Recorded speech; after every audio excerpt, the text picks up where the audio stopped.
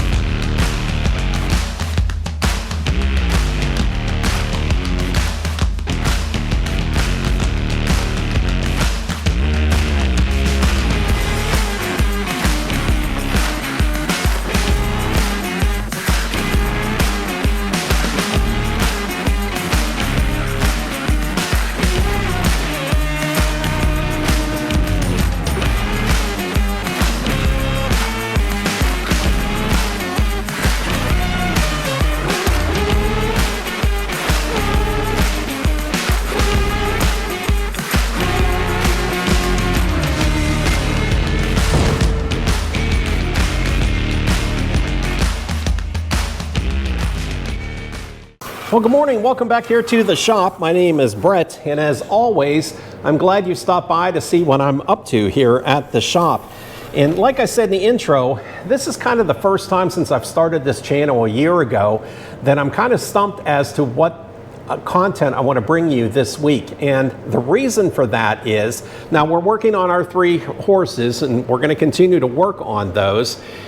2 of those are going to be on bow rockers. 1 of those are on a glider stand. Last episode, we built the glider stand, and I was showing you how to do that.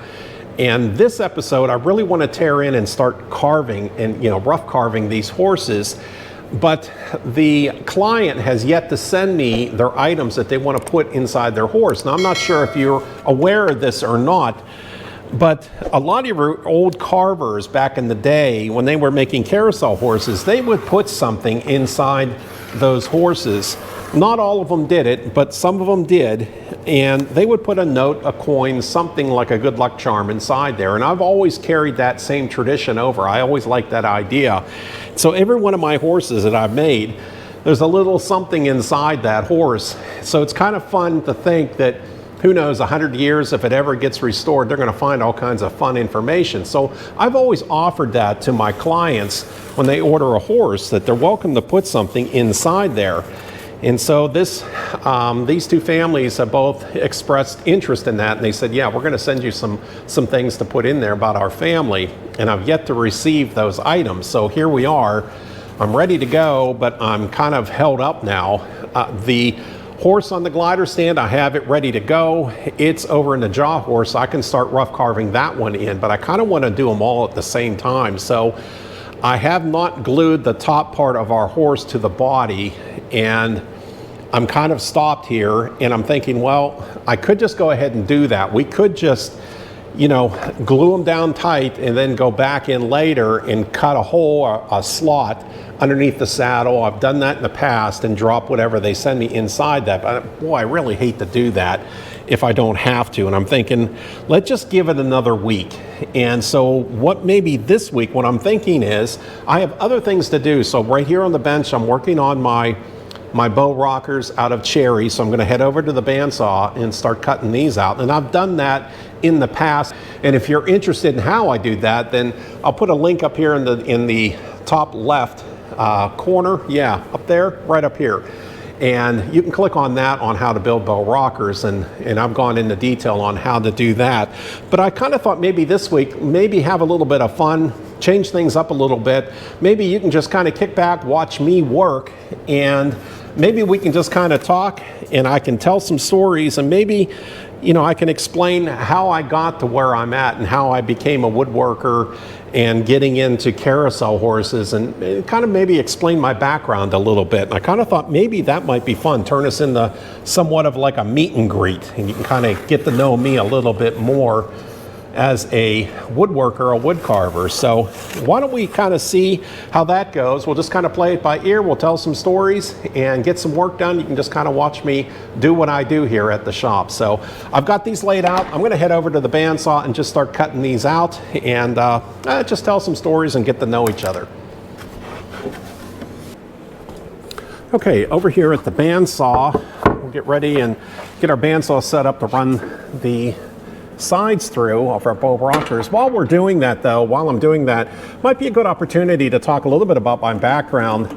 I get asked a lot when I'm demonstrating, when I'm speaking about, how did I get started? How long have I been doing this? And my answer is always, I'm 55 years old and I've been doing this as early as, as soon as I could hold a pencil, let's just say, I was drawing. And I just loved everything about the arts. And I knew at an early age that I wanted to go into the arts at some point or another. I didn't know it would be woodworking, but I knew it'd be something in the arts. My parents were both retired school teachers. I'm blessed that they're still both alive and with us. And my mother's was a history teacher at a local high school. My father taught art at another high school. And he also taught an art appreciation course at Penn State at our local branch campus here and in the Shenango Valley. And he did that for 27 years. So I kind of grew up with a really good foundation in the arts, not only, painting and understanding painting and the different mediums there, but also like the history of art as well. So I had a really, really good foundation there. My father painted a lot of still lifes in his little studio. He did still lifes and he did some landscapes as well. And early on, I remember sitting watching him and trying to do what he was doing and just really, really paying attention. And still lifes kind of bored me, and I knew that too, at an early age. And he had a nice library growing up of different art books and architecture and everything. And he had a book on Norman Rockwell, and I was probably, 10 or 11, 12 years old, and I picked that book up and I got lost, in that book in looking at his work, and I just loved everything about Norman Rockwell. And I started to discipline myself, and I'd come home from school. I probably wasn't the best student in school, but the arts I just loved. And every night I'd come home and do my homework, but then I'd just start drawing. And I would draw for hours, and that's all I ever did. And I think I wanted to, be another illustrator or be an illustrator when I grew up. And that's kind of the direction I wanted to go and kind of work like a Norman Rockwell kind of did. And the woodworking, though, came later on. My dad kind of fancied himself a bit of a woodworker, and we built a little bit of a shop, and he did some things out there, but then found out that he couldn't take the dust. And so that kind of, put the kibosh to, his woodworking days. And I kind of picked that side of it up. And I liked the woodworking. What I liked about it, I liked puzzles, and I liked that, that technical end of things and putting things together. And really woodworking is just a giant puzzle, but you're building the pieces. So I think I like being able to blend the arts and bring in the woodworking over as well. And it was just kind of a natural fit to me. And these rocking horses and what I'm doing here, it all started with the carousel horses, and he picked up a book on carving carousel horses and kind of leafed through it, and we thought this would be a fun father-son project to build a carousel horse and do that. And again, I wanted to learn how they did that. Again, you're talking about the turn of the century and earlier. So I mean, we're at the probably the tail end, I guess, of the industrial age and going into that. And again, how did these guys do that without electric, and power tools and all of that? These guys were absolute masters at what they did. So I wanted to learn that, and we did a carousel horse together, and I picked up the book on Anthony Dew, the rocking horse maker, and I leafed through it. And again, what drew me to it was that these were built the same way a carousel horse is built. And so I was looking for something smaller that I could practice on instead of gluing up a giant horse. I was looking for something smaller. Well, this just fit the bill right here. And I just loved everything about it. Then when you get into the history of these rocking horses, it's fascinating. And they've been around for, forever. And so, yeah, that's kind of how I started. The other thing, I grew up watching Norm Abrams. Do you remember the New Yankee Workshop? Well, I grew up watching Norm Abrams, a lot of that, and I think that was on Saturday mornings or Sunday mornings, something like that. And I watched a lot of Norm Abrams, so I learned a lot of woodworking tips and techniques watching him and ordering some of his plans and doing some of the little projects that he was working on. So yeah, I just that's kind of how it all started, and that's where I'm at today. So, well, anyways, that's enough talking. Let me go ahead and get these all run through, and I'll get this done. I've got 8 of these to cut out, and again, we're going to run these through one direction. So one side is going to go one direction, then we're going to reverse, and we're going to bring it through the other way. And that way, when we go to put these two halves together, that our 10-degree angles line up. So I've got 8 of these to cut out. I'll get them cut out. We'll head back over to the bench, and then we'll start putting things together.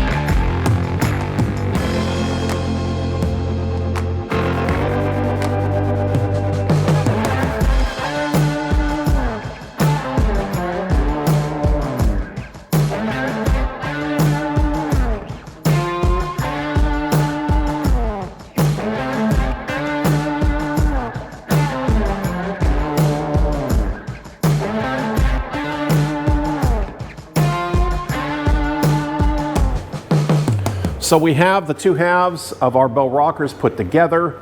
I did that with pocket hole screws, and again, I've done this before, so if you're not familiar with what I'm doing, I'd recommend go back and watch. I've done a couple of videos, but I did one specifically on how to build bow rockers. And right now, I just countersunk our what I call stretchers, and I'm building the box. And this is, again, my own way of building these bow rockers so that we get them right. So this is the center section. It's going to join the two halves, and I just call it the box. So I've got everything pretty well laid out and ready to go. And I'll put a link at the end of this video as well on how to build these bow rockers. So I'm just going to kind of roll right along and get these done. And we'll just start putting this together.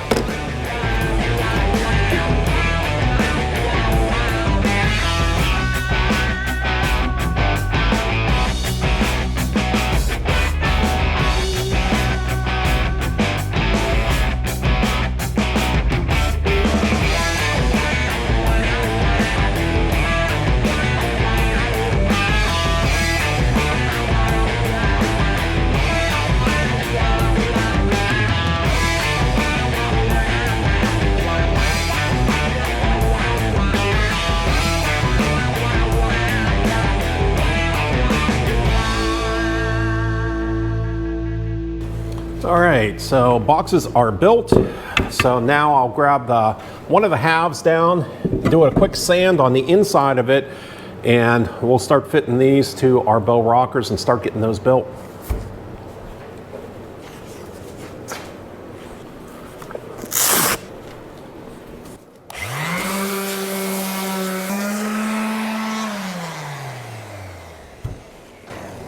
There we go, that one's done. Take a quick look here. That'll work good. Good. We'll see in the other bow.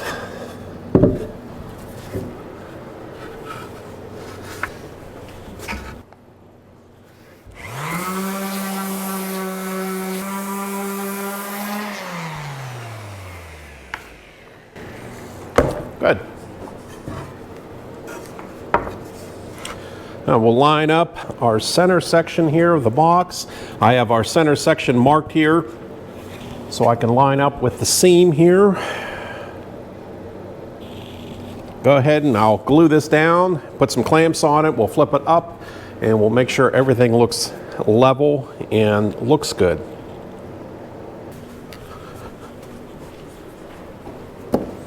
So you heard a little bit about how I got started at an early age into woodworking. In around the 90s, I went and worked for Walmart, and I became a Walmart store planner. So I worked in their store planning area, and I'll tell you what a fun job that was.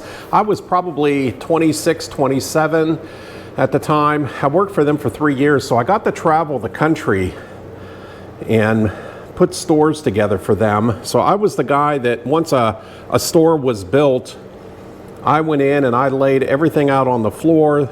The whole store was just completely empty. I'd meet with the contractor, and we called it taking possession of the store, and we'd take possession, and then I'd get employees together on the second day, and then we'd start putting everything together, the shelving and getting it ready for merchandise.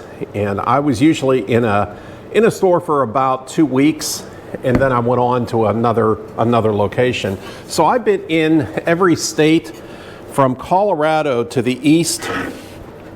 I've probably been in every state a couple of times.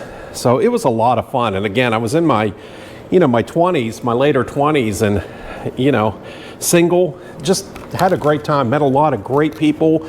Again, learned a lot, and just really good memories doing that. Okay, see if everything is nice and centered. Looks good. I think we're okay there. Good there. We'll do the other half now. Then I moved back here to the area back in around 96 and took a job at a little mom and pop furniture store that sold Amish furniture. Did that for about 7 years and decided I just wanted to go out on my own and build and have my own place and build custom furniture, and that's what I did. I put the shop up. It's a 40 by 64 building,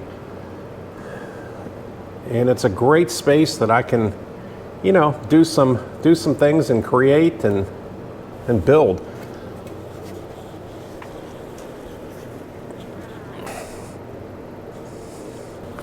Okay. So I'm just lining up my other side here, making sure everything is centered.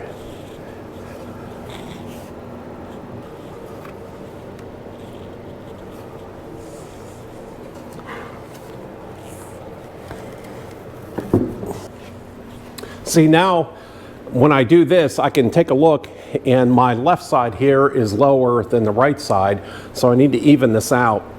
And that again is why I like building the center section separate, because then I can drop that. And these cleats on the inside here, I've made them wider, so it gives me plenty of room. So once everything's clamped and glued, then I can just take everything apart. I didn't glue the stretchers in, and run it back over the bandsaw and cut everything, and then it goes right back together, and it's perfect.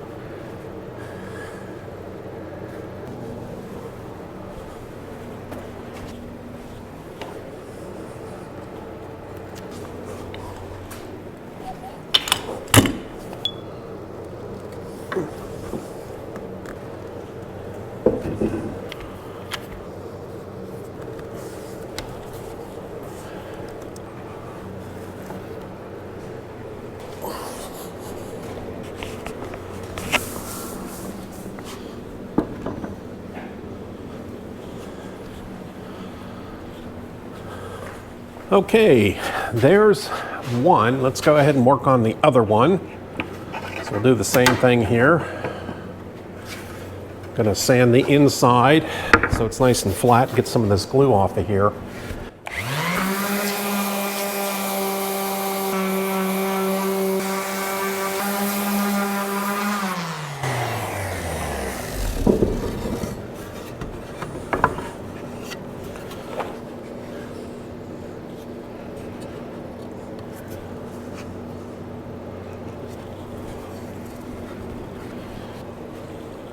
Good. Yep, I like it. All right, put a little glue.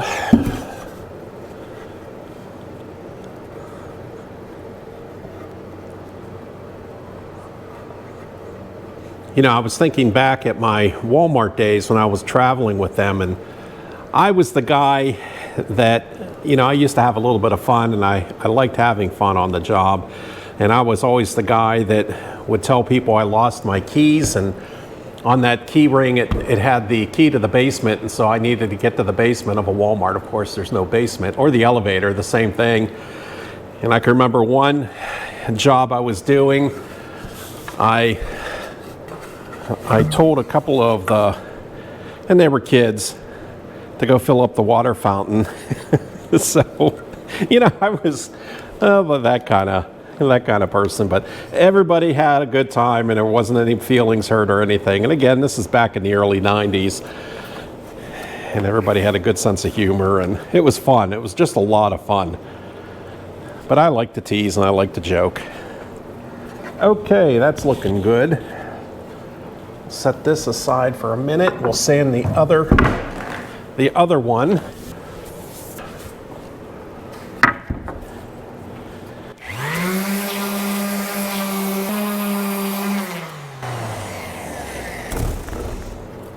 Okay, that one's done.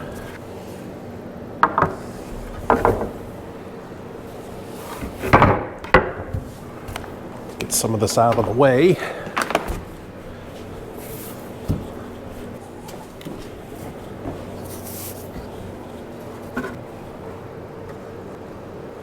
But don't think too that it was all one-sided, because a lot of times the employees, the associates, or the management would come back and get me on something good too. And like I said, it was all in good fun. We had a great time. I did that for 3 years though. Come back here to my hometown, my area.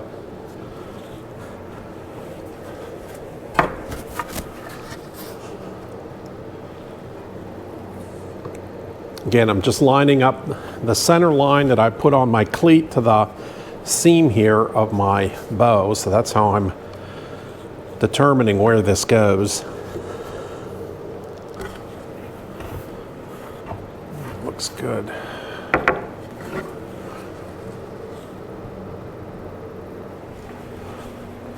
Oh, that one looks really good. That's nice and level. Good. Good. All right.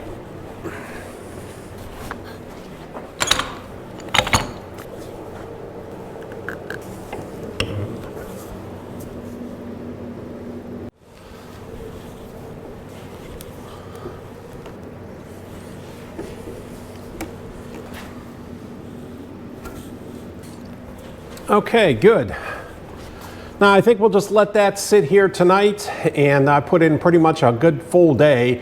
So tomorrow's another day. We'll come back tomorrow, take the clamps off, and then we can break this apart, take our stretchers off, run these through the bandsaw again, make our slats, and we can glue up for our turnings here. So yeah, that's good for today. So we'll see you tomorrow.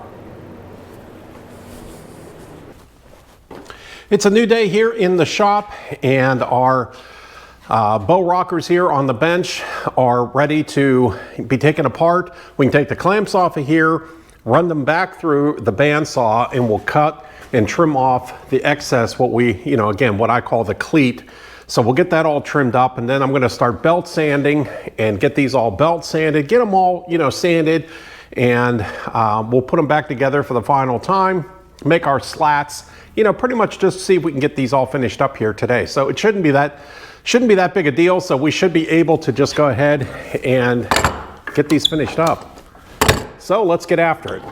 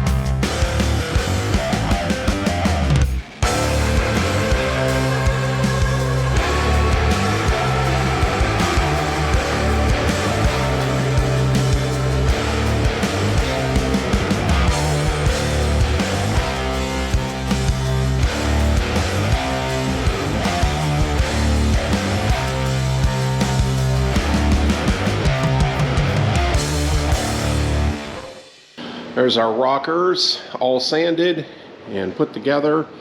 Stretchers are in place now. They're glued and in place permanently. Yeah, everything's sanded, so we're moving on to slats. So there's our other one that's all done, sanded. We've got 18 slats to make, so we'll get after it.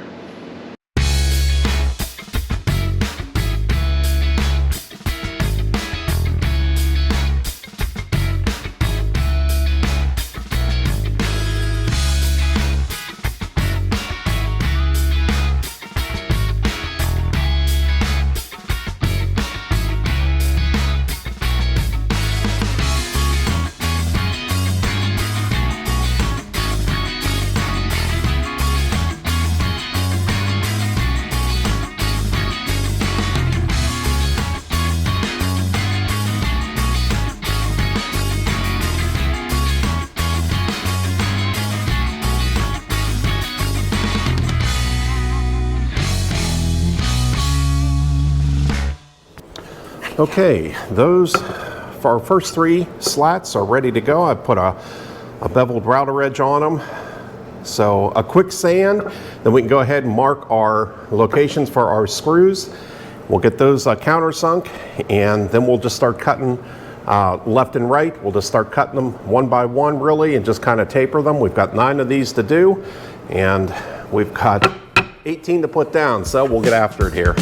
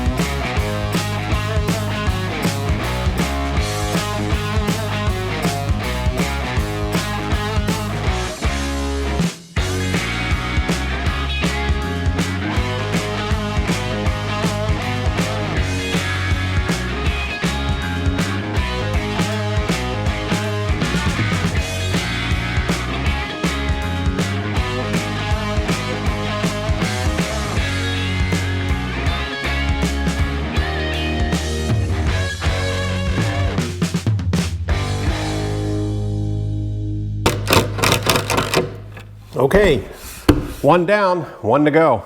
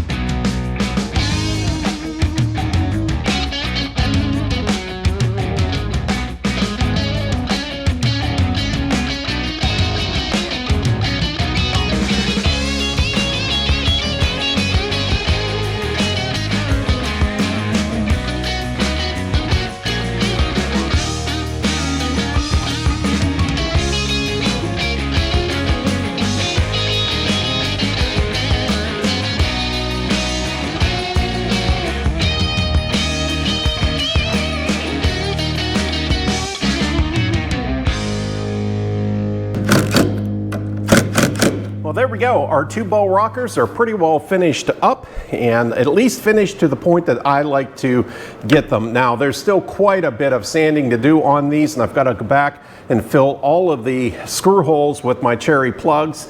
And of course, we've got our turnings to do yet too, but I like to leave those off right now. We'll turn those here in another week or so, but I like to get the horses, I want to get those carved and get them up here, because then I can notch, I've got to notch the hooves, and it's easier easier to notch those hooves and fit it to these rockers when the turnings aren't in place, because then I can kind of move these bows just a little bit and get those hooves looking just right. So we'll do that later on. Speaking of the horses, I've yet to receive the material from my 2 customers as far as what they want to put inside. So come Monday, if I don't have the stuff to put inside, I'm just going to go ahead and seal them up, and we'll figure out how to get their information in there later on. I've done it before, so it's not really that big a deal, but I was really kind of hoping maybe something would show up this week and I can kind of move on. So I want to stick with the schedule that I've kind of set for myself. So that'll be next week that we'll get in, and no matter what, we're going to start rough carving those 3 horses in. But once again, I really appreciate you all hanging out with me. I think that's where we're going to leave things for this episode. Like I said, next week we'll get in here and start carving and get those horses carved. Don't forget to check me out on my social media platforms, Pinterest, Instagram, Facebook, all of that good stuff. And of course, my website, greenfieldwoodworks.com. Again, drop a comment down below, and love to hear from you all. And until next week, get out in the shop, get your projects done, and we'll see you then. Happy carving. Take care.